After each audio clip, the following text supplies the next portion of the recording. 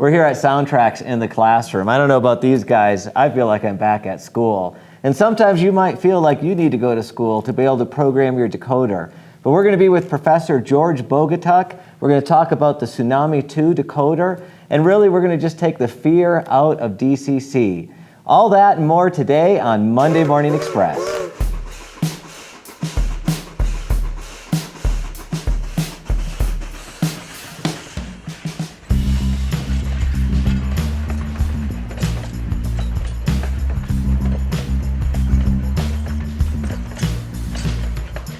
George, thanks for joining us. We promised in our intro that you're going to take a little of the fear out of DCC for us. So tell us a little bit, some things the viewers would like to know about the Tsunami 2 and just share a few trade secrets with us. Sure, absolutely. We'll be happy to. A couple of things. First of all, when you're programming a decoder, this is one of the biggest misnomers in DCC and model railroading is because you're not actually programming a decoder. That's what our engineers do. What you're doing is you're making adjustments to the operation of the decoder based on what our engineers have designed in the model. So when you program a CV, for example, CV128 for a master volume, all you're doing is making an adjustment to the operation of the decoder. So in this case, you're increasing the volume so that you can hear it more loudly, or you can decrease the volume so it's more quiet. You're not really programming it. That's what we do. So it's no different than changing the volume on your TV set. You're not programming the TV, you're just changing the volume. Correct, you're just doing it. The difference is the user interface. In this case, we have our DCC system, commonly our cabs, that will allow us to make those adjustments through the DCC signal. Now, the DCC signal is what's standard on the railroad. This was what NMRA had come up with years ago to come up with a digital signal that works on the railroad so that all the manufacturers' systems can work with all the decoders that are out there. So you don't have to worry about proprietary systems and somebody being obsolete. There's a lot of things that go on when you talk about programming because and just operation in general, because what happens is our system, or the DCC systems that are out there, we're using a power cab here, for example, but we have a lot of manufacturers, Digitrax, MRC, EasyDCC, and the CBP products, all of those manufacture DCC systems. But what they're doing is they're broadcasting a signal, and they're basically just sending out a signal out to tell the decoders what to do. And the decoders listen to that signal, and when their name is called, they then perform the task. So if a locomotive is moving and you haven't told it to, then there's a greater than zero chance that either another cab or throttle is set to that same address, or in some cases it does happen where an address hasn't been completely cleared out of the memory, and so there's a phantom command that's being sent through the DCC system that will then tell your decoder to do it, even though you and I are only doing this.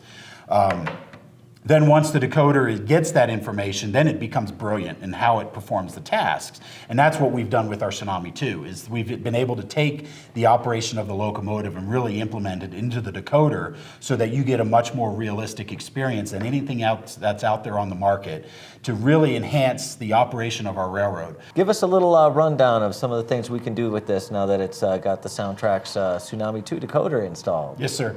Now, one of the things with our Tsunami 2 that we wanted to make sure was that you had access to all of the sounds. So with our Tsunami 2, we put a giant memory chip on this thing and we loaded it with all of the sounds so that now, instead of having to worry about whether you buy a heavy steam or a medium steam like we did in our previous Tsunami, now you just buy steam. And on that steam decoder, you've got 63 different whistles, you've got 54 different bell recordings, you've got 10 exhaust chuffs, you've got 8 steam dynamos, you've got 10 air compressors, and more. You can even select now the type of fuel that's being used. So if it's a hand-shoveled coal or an auger-fed coal, wood burner, or if it's an oil burner, you'll hear the atomizer in the background. And by making these changes, again, we're just simply making a CV adjustment. So for example, here really quickly, I'll just show you, we've got a whistle. And to change this, CV120, we can simply set 120 to a different value. So CV120, we'll pick a different whistle here.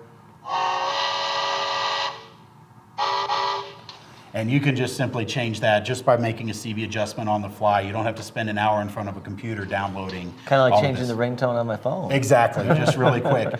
Now with this, we've got all these different sounds built into the one decoder. So as I mentioned with all the different choices, in addition to you can select a lifting or a non-lifting type injector. You can select a power reverse manual Johnson bar. You can select a 3-cylinder locomotive so you get that chuff, chuff, chuff, chuff, chuff, chuff offbeat cadence articulated with and without wheel slip.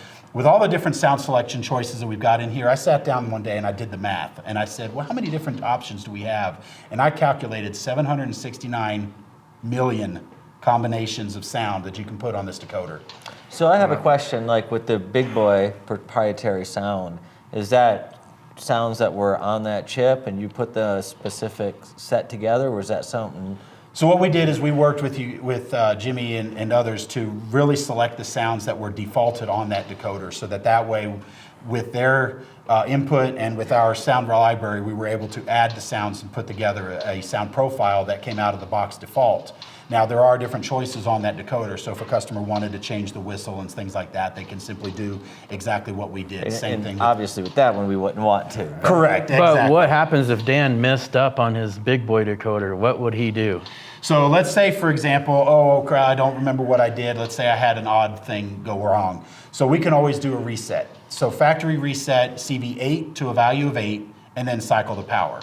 So to do that, you just simply set CV8 to 8, and then you can take track power away, tip the locomotive over so that it breaks contact with the rail for a few seconds.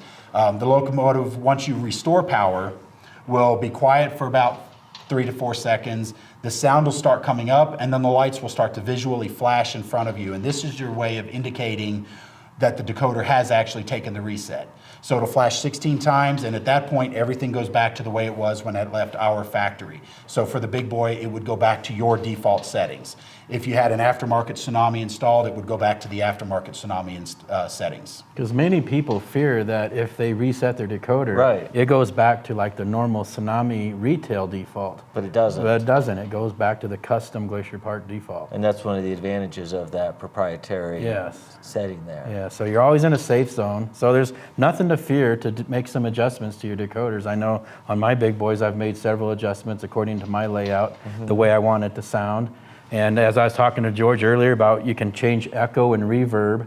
And a lot of customers are afraid to touch these. Right. But if they know they can go back to the default, you know, they should be able to enjoy the decoder. Like George talked about, we worry about every nuance of the locomotive, the Right. details, the piping, all of that.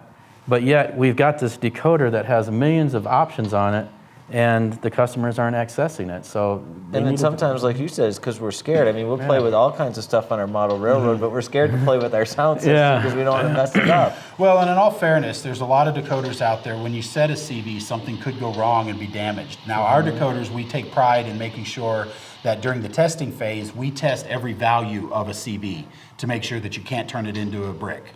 Right. So what we do is we make sure that that value, if you set it to a wrong value, you may get some different behavior, but you're not going to break the decoder. So that also gives that extra level of safety to know that if you try something and you don't like it, you have the reset accessible, but you can always take the CV and reprogram it back to what it was before.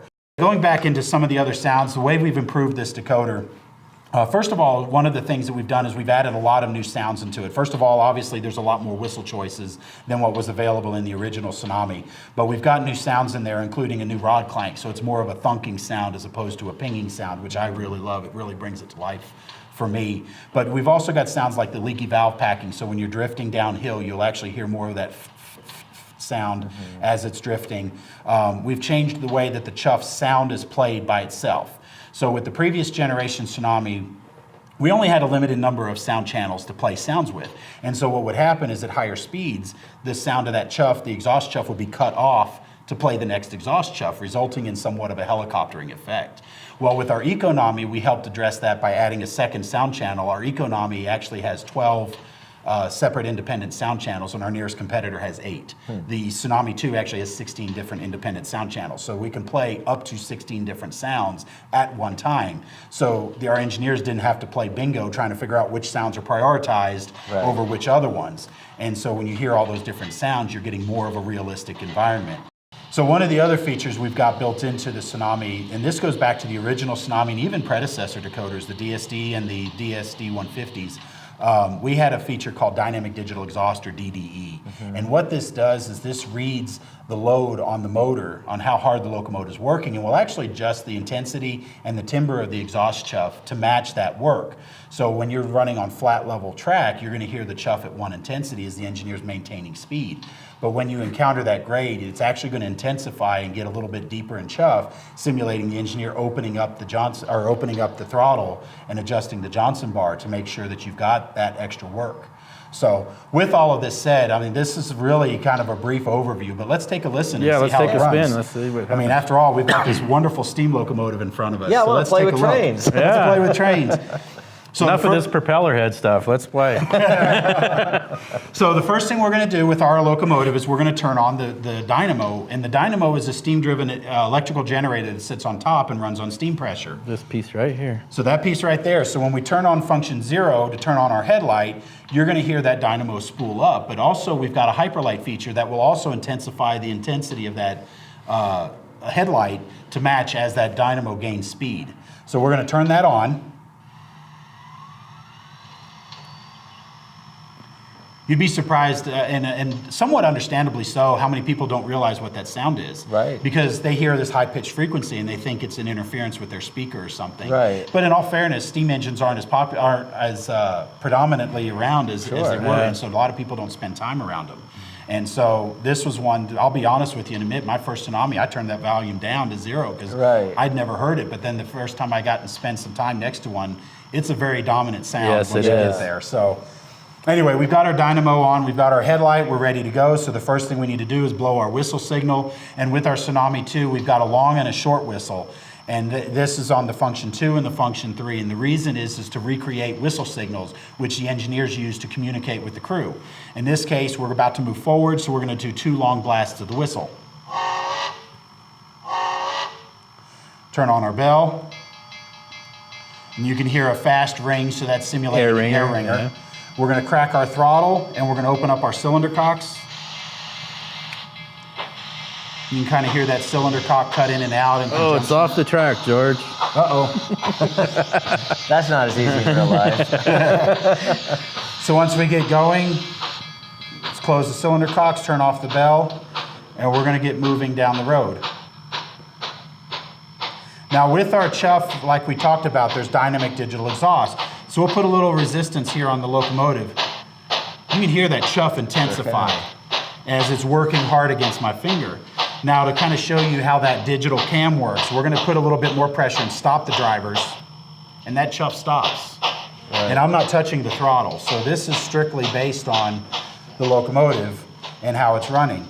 Now, to get the dynamic digital exhaust to really work optimally, you're going to want to add a little bit of momentum, and that's in CV3 and 4. What that does is it delays the acceleration and kind of makes it a little bit more like you're simulating the mass of a locomotive, so it doesn't start and stop instantly.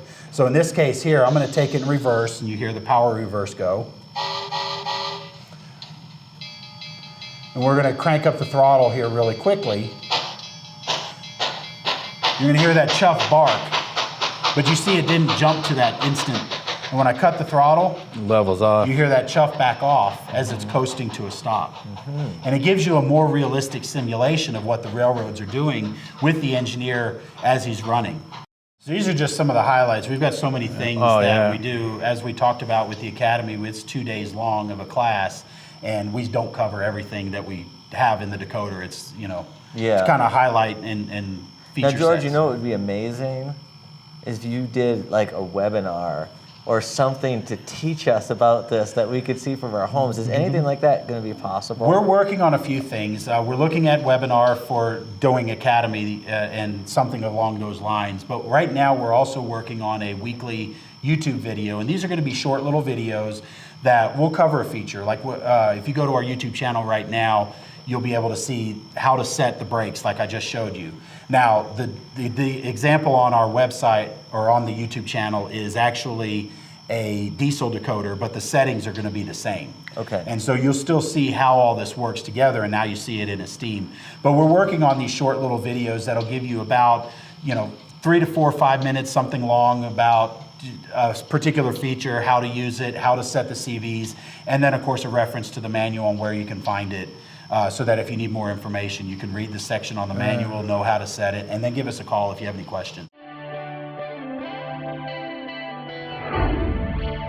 thank you so much for having us, Rich. You're welcome. Tell us a little bit about what you do here. Well, the Niles Canyon Railway, we've been operating here since 1985. It's operated by the Pacific Locomotive Association, which has been in existence since 1961.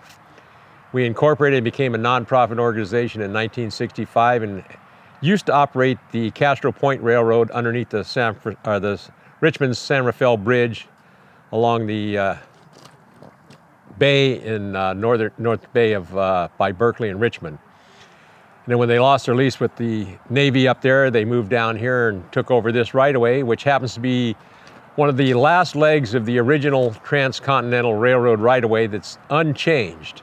Going through the canyon here, on one side is hills, the other side is a creek. Virtually there's no place to move the right-of-way location, so it stayed virtually untouched for years. The only thing that's changed is maybe the elevation a few inches and the size of the rail. The rail we use today is about 110-pound rail, and over here on my right is some 56-pound rail, which is the size they would have used for the original right-of-way. We do operate trains on the weekends, primarily Sunday, first and third Sundays, February and March, every Sunday, April through August. First and third Sundays, September and October. We have our train of lights between Thanksgiving and Christmas, which is our major fundraiser for the year. And then we have special event trains, wine tasting, beer on the rails, Valentine wine tasting, Mother's Day teas and high teas on other operating days. And all those are available on our website at ncry.org. All right, well, thanks for sharing that. So you have a rich railroad history here with where you're located. Yes, quite a bit of, this was operated by the Central Pacific Railroad originally, then became the Southern Pacific. And Southern Pacific abandoned the right-of-way in '83, and we took it over in '85. A lot of our equipment is Southern Pacific equipment, but we do have a variety. We have Western Pacific engines, some Santa Fe. We have a couple of center cabs for the Navy and the Army. And we just received this locomotive over here. We purchased it about 2 years ago from the Richmond Pacific Railroad. It's a little switch engine that works out really great. And we're currently working on restoring the Southern Pacific 9010, it's the last of the diesel hydraulic locomotives left in the world of that class. Very nice. So that's some of your famous residents, but you also told us be careful where we poke around because you occasionally will see a less desirable resident, some rattlesnakes. Rattlesnakes, yes. The canyon it's kind of amazing. You're in the San Francisco Bay Area, a population of a little over 8 million people in this area, and you have this beautiful, picturesque canyon right in the middle of a metropolitan location, and it's still, we have rattlesnakes, wild turkey, fox, coyotes. Occasionally, a mountain lion will show up, a bobcat, deer, and we see evidence of the mountain lions and the bobcats from time to time, but very rarely do we ever see them. Right. Well, it is certainly a beautiful area. We appreciate you having us out. Now, a gentleman over here is working on, what was you say he was working on the articulated chair car? On the articulated chair car, we're currently restoring the inside and re-establishing the bathroom. The bathroom's originally dumped onto the tracks. That's where they always had the signs in there that says, do not use toilets in the station. So in today's society, you can't dump on the track anymore. You have to have a holding tank. So we're currently putting in the holding tanks. And we mentioned it was a tankless job. Yeah.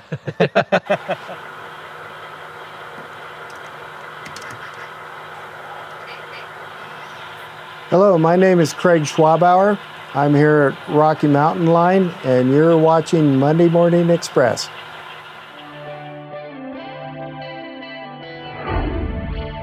We are coming to you from Colorado Springs.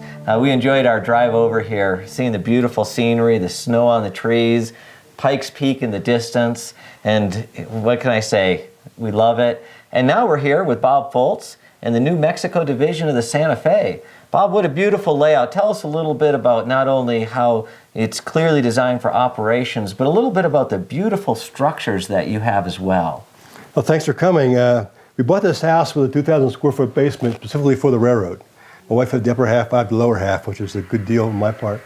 So I had a lot of space to work with, and I designed from the very beginning with operation in mind. I looked for an area, a prototype in the Santa Fe where it was single track, upward district, with some local switching. And the only place on the Santa Fe has that is Glorieta Pass. The rest are all double tracked and CTCs, and I didn't want to do that. So that kind of focused my efforts on the New Mexico area. And so everything from the very first day was designed around operation, how we're going to operate the railroad fairly, prototypically, and enjoyably, and have a lot of fun.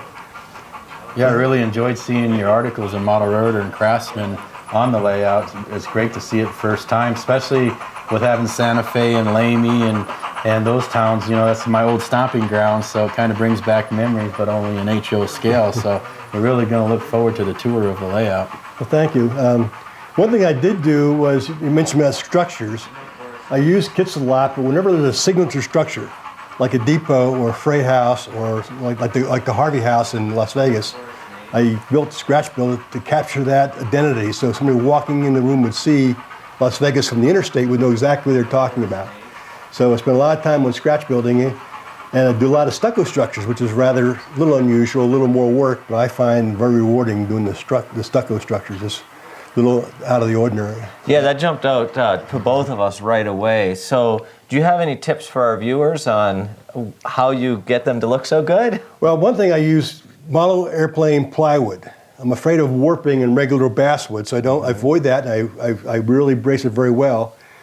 And I use a nipper. It's a tool cutting out metal cabinets for cutting out windows and doors rather than try to use 1,000 knife blades. You get them close and you file them.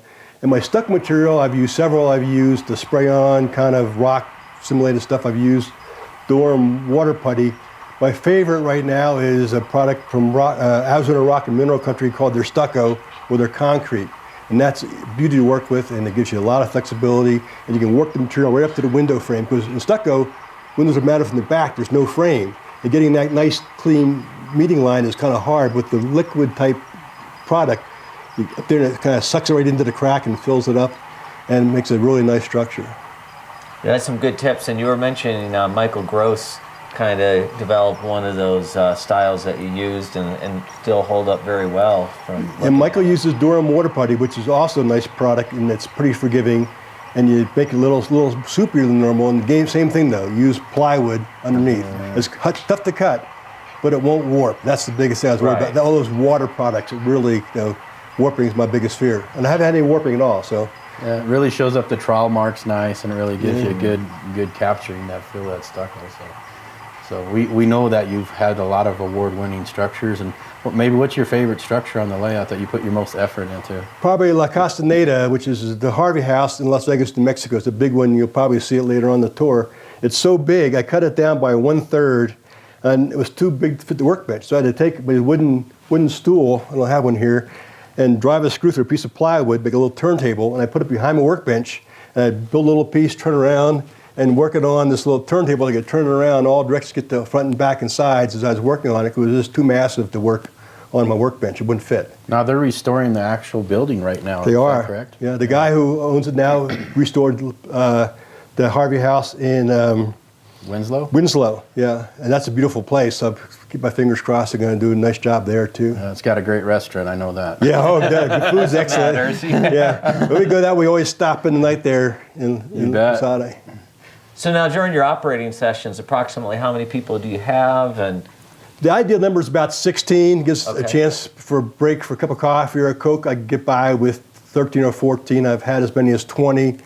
Try to get more, the higher number. I'll do two-man crews and locals.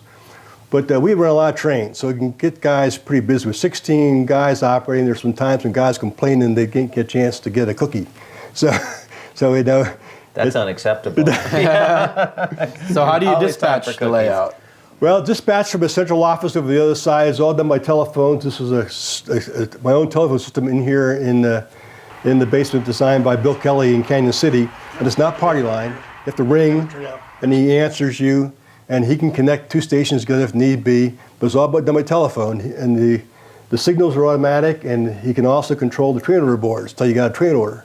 So you can set the boards to red, write the train orders, and get them out before the trains meet in the middle of the night. So the operator really has to pay attention, just like real railroad. Really has to, and that's watch your schedule very carefully, because we're on first, second, and third class trains plus extras.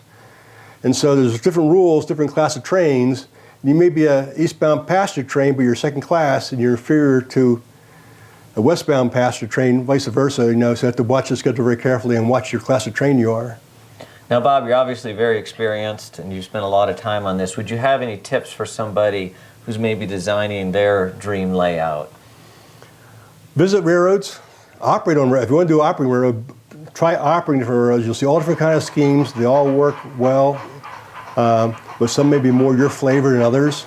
I like a lot of mainline trains, so that's why we did this area in the Santa Fe. If you want a little slow switching, you may do some narrow gauge, but try it. Try get invited to different operating sessions and try your hand and see what you enjoy the most and build the railroad for you, because you're the owner and you're a benign dictatorship. Whatever you want goes. One thing I really enjoyed looking around initially is your yards aren't packed full of freight cars. They're empty like they should be. So how do you keep a balance when you're operating to keep the yards looking good without packing them with cars? Good point. I always thought the yard's half full is too full. So you want to be last and half full so you have room to put cars when trains come in.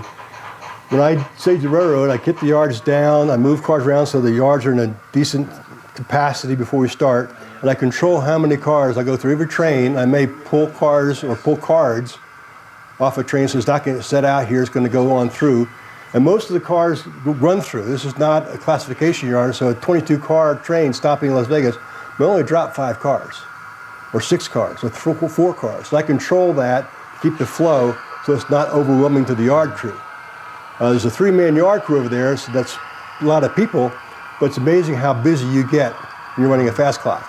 Speaking of yards, how did John Armstrong influence you in your yard design? Good question. I designed my whole railroad based on the prototype, which is a very large yard. Well, it's a small yard by prototype standards, but over a mile long. And double prototype yard. was double yard, Double right? yard, Yeah. and this wouldn't work. And I designed something, and then a friend lent me the 2-pole article by John Armstrong on designing yards. I ripped it all up and started over again. And the key factors in designing a yard I found: a thoroughfare track so trains can get by the yard ladder without messing with the switching, long yard leads, arrival departure tracks are outside the body of the yard, and the main line even farther outside, so those passenger trains aren't getting in the way of all that switching being done. So read those articles. They're still valuable today. Yeah, he was a master at track design. Actually. I really enjoy how your layout is very spacious. It really gives you that feel of New Mexico. It has a very simple flavor to it, but yet we can appreciate it's probably really complicated to operate when you're at the height of your operating session, because you said that most of the passenger trains run during the day and you have up to 8 passenger trains running through. I think it's 12 actually, 12? the locals. Yeah. Well, one thing I did here, I wanted a lot of space between towns. I had 2,000 square foot, which sounds like a lot. But my last railroad was 825 square foot. I went to 2,000, only added 1 town. So I wanted to keep the caboose out of one town, engine in the next town, so there's some chance to run between towns. So you can see it's a good long run before you hit towns. Even with the fast clock, it's only 15, 16 fast minutes, but it's better than being 2 fast minutes. And it spreads things out a little bit just to run through the scenery and It's enjoy very it. effective because even walking around it, it feels like it stretches for miles. So you obviously did some good planning. And a lot of aisle space. You notice the aisles are pretty wide in most places. There are a few what I call squirt throughs, narrow spots we can get through quickly, but it's wide on both sides, so the bodies can move around the railroad. When you have that many people in here, 16 people operating, you need to have space for the bodies. So I could have squeezed another peninsula in, but I just did not in order to give more aisle space. Yeah, when we're designing our dream layout, our inclination is just to fill every square inch with track or scenery or structures. But the more layouts I visited, I really start to appreciate that open space. One other question that sometimes we never think about unless we're actually operating in a built layout like this is maintenance. Do you have any tips on what could help when it comes to that? Yeah, really, you gotta build what you can maintain. I've turned 69 next month, and this is about all I can maintain from month to month. Every time you operate, there's always a list of things to do. Some people encouraged me to do double deck in this basement, and I'm so glad I didn't because I could not maintain twice the railroad. So keep in mind the maintenance goes with after you build it. It's not as much fun as building, but it has to be done. So Yeah, it's a great point. What would you say is the biggest challenge of maintenance? things that crop up that work fine for 5, 6, 7 years, and suddenly a turnout doesn't work. You have no idea why suddenly things are derailing. Or an engine that ran fine for 7 years, suddenly now it's causing electrical problems, and you don't know why, and that's frustrating. But you usually work through them, Very good. Well, thanks for all those tips. We sure appreciate it. All right, Hal, here we are with a tender that's got a broken step, and it's also got a broken mounting bracket for our KD coupler. Tell us why that happens sometimes. Now, sometimes you're going to get the models, they have the broken Hey, a steps. lot of times you Yeah. can drop a tender. If you're lucky, it hits the step first, and this one, it broke it off. Okay. The KD coupler, a little bracket. KD couplers, you shouldn't put anything longer than 4 millimeters in. Okay. 4 millimeters will hold that onto the bracket. Apparently, somebody put in a longer screw. So as you screw them down, something's got to give, right? Something's got to give, and it pops it off. Okay. All right. So go ahead and show us how we're going to do our repair. Okay, then. first I got this is a fine disc on here, and I'm going to go clean off the bottom. It only makes contacts in these two little places. So I want to and I like to clean it off on the sides. Okay.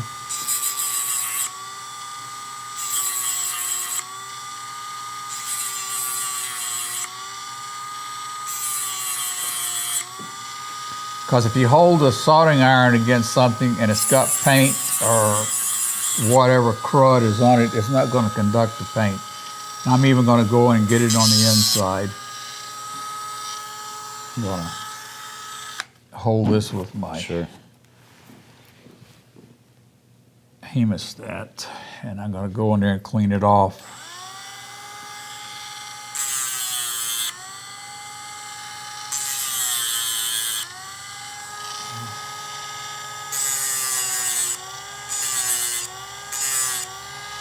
Okay, that's clean. Now I'm going to go down here and clean off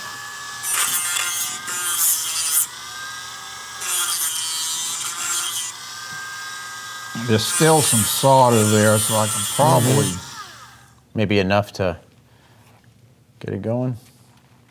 and the battery went dead. Change batteries with yours. Where's your lacquer thinner? And a little brush. I'm gonna just kind of clean this off in here.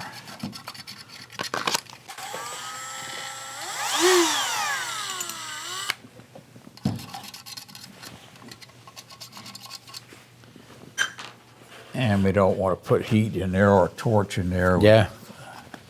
With lacquer thinner on that. Okay, now I'm gonna, instead of using that, Here, we'll take this out of the way for safety. I'm gonna get one of my little balled-in burrs around. Yeah, I got them right down here.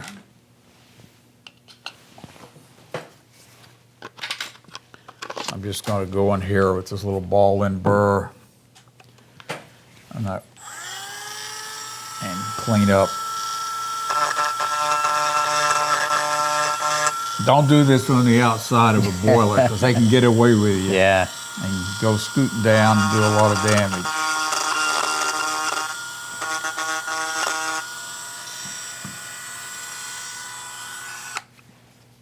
Okay, I'm going to take flux all over that. If you can, okay, hold that for a second rolling. I'm going to light up the torch again. I could probably do this with a soldering iron, but I like my little torch.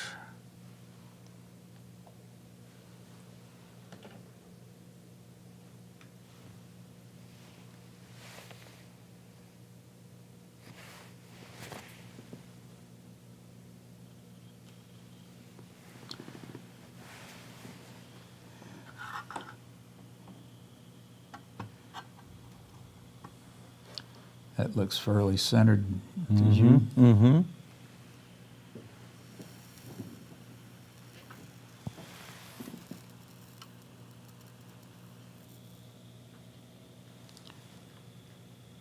Hold that torch for me.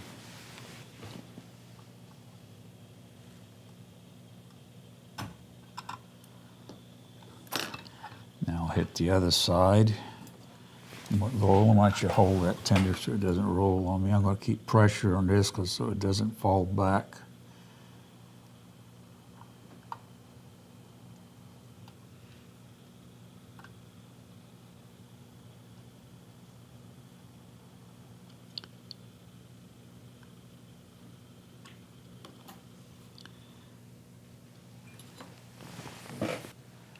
Okay, that's dead on. Okay, now we got to put this step back on. Okay. And what I'm going to do, once again, I'll use this wheel here. I want to get all nice and clean. And I'm going to go in here.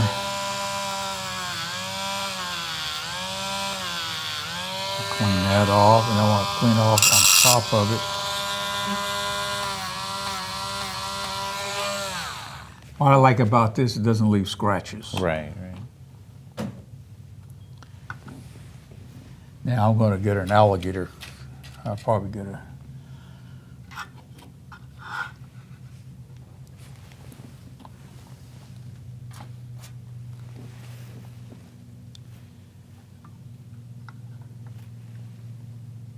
Why don't you hold that for me? Sure. So I got to adjust this. Let me put my visors on here.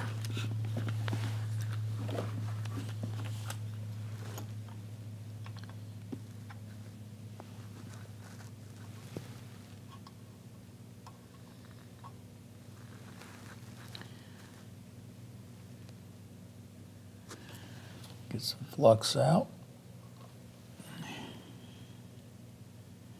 Put some flux on here.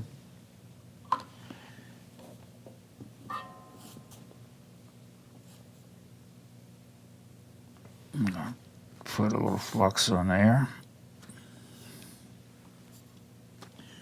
A little more solder.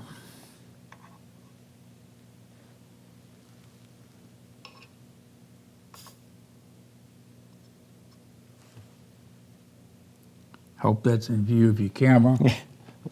I think so. As soon as we take it off, we can see it right there. Very nice. As you can see, you've got a nice bead of solder there. It's not going to go anyplace. You're not going to see it after it's painted. Very cool. Looking good. All right, Hal. So there's our step and our bracket all back in place. So you got to use a little combo of both, right? The torch as well as the soldering unit itself. On this week's project updates, we're going to talk about 3 different importers and some of their projects. First, we're going to begin with Jack over at Division Point.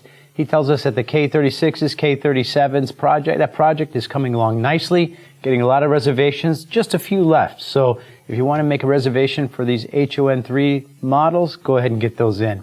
Of course, we want to talk about the center cab project, because with this center cab project, there's a couple of new versions of the Tronas that are added. He's going to be doing the silver and black versions, as well as the ones that were sold to Peabody Coal. So look on our website. We've added these in there now in the new brass section, so make sure to get your reservations in. This is a very hot selling project.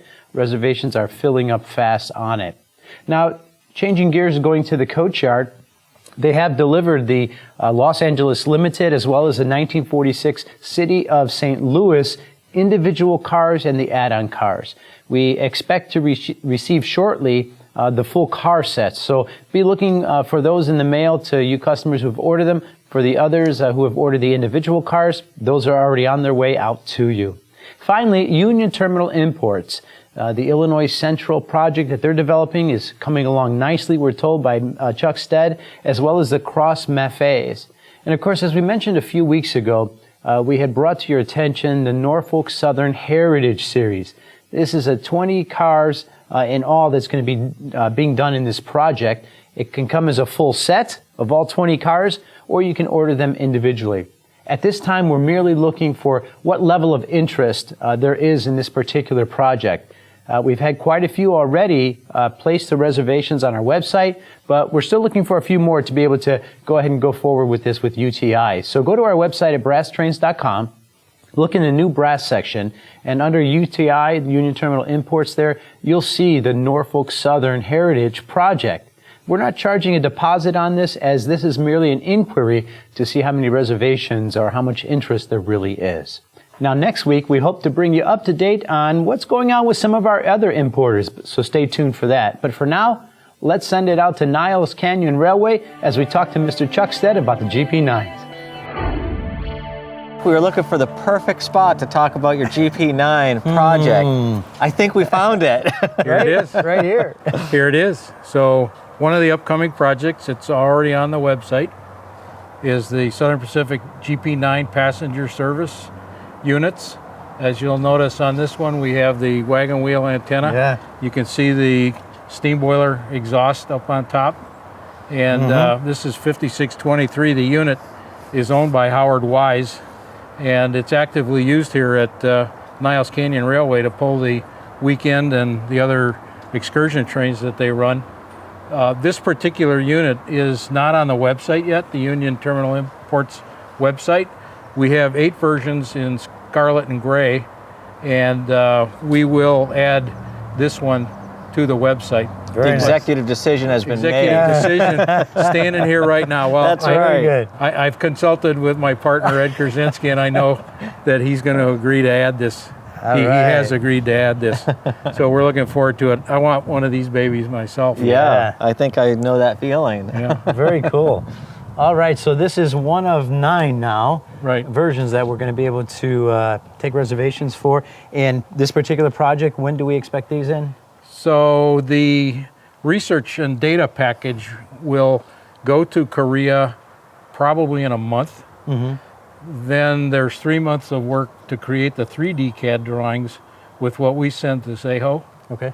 Then there's another 3 months of pilot model construction. You hear that dinging? The orders are already coming in. The orders are for coming it. in. Yeah, Roland's On getting your texted. iPhone? On my watch. Live. So, and then we build the pilot model. So that's another 3 months. Keep talking, That's 3.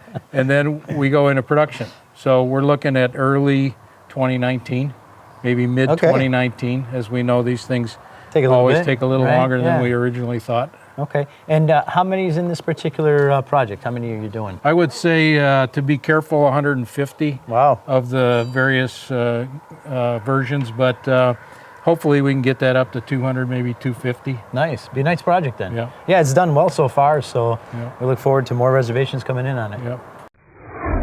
Another great episode. But you normally into all this tech stuff. Tell us why you weren't running the Tsunami 2 decoder. It's not because I'm technically challenged. No. I had lost my voice. Oh, that was the technicality. That was the challenge. It's kind of hard to speak, when you don't have a voice. So because it's so cold, I lost the voice. But you guys did a great job. Yeah, and you managed to Great try job. to distract me and Jimmy as Absolutely. much as possible. I was coughing as much as I could. Yeah. No, but next week we'll finish that up. Yeah. It's great to see that in use and some of the great tips we got up there. Yeah. And we finished the, on the How To with How, we finished the soldering, which was absolutely wonderful. So what's next? We're going to talk about shorts. Oh, shorts. Hell shorts? No. But we are going to talk about shorts as far as trying to find, let's put it that way, a short on a model. Okay, it's a different variety of things that can cause a short or make the symptom of a short. So Hal's going to go through all of that with us. Okay, good. Looking forward to that. I'm glad this turned serious because I hate short jokes. Yeah. Hey, speaking of serious. I see you got tired of my whine and decided to join me in whining about the mug. You were whining about the mug. And you got wine in your mug. Well, I figured it was, But guess what this mug? This is an official season 3. I can't see what it says. Season 3, Cheyenne or bust. Guess what that means? Guess what that means? We're going next week. Yeah, can't wait. Going to Cheyenne, One of the greatest Wyoming. places, Yeah. I think of Cheyenne and I think of Big Boy. Not Jimmy, but I used the real to think Big Boy. of Bob Darwin's book. True. But now once you've been there, I see why Yeah. Bob Darwin wrote a book this big, because it is a fascinating place. So our viewers can't miss that episode. Some great footage, but also we have some nice stories to share with them of some things we were able to learn when we were out there. Yeah, and looking forward to that next week. So, but we just wanted to remind you, today's last day of our spring day. sale. Yep. So You'll start take a seeing look. those tickers ticking down. Time's running out, right? Yep. So by Buy this it when evening, you can. by this evening, it'll be done. So Anyways, get your last minute deals on our site at brasstrains.com. Do it while you have time, and thanks for joining us on Monday Morning Express.